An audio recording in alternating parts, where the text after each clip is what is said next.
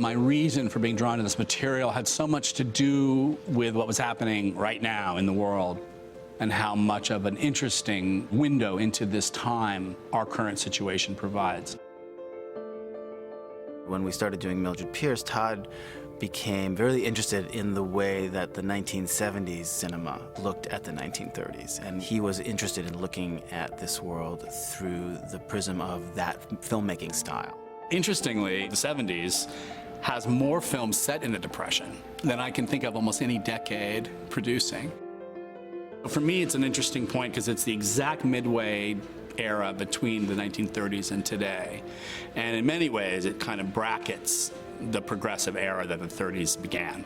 Idolizing of wealth and unbridled consumption and ideals that are associated with our dear Vita. The ways that Coppola approached the gangster film in The Godfather, or the way Polanski approached the detective genre in Chinatown, brought that social political consciousness of the time in which they were making films to traditional genres without destroying them. These were films that were dealing more with a naturalistic approach to the photography.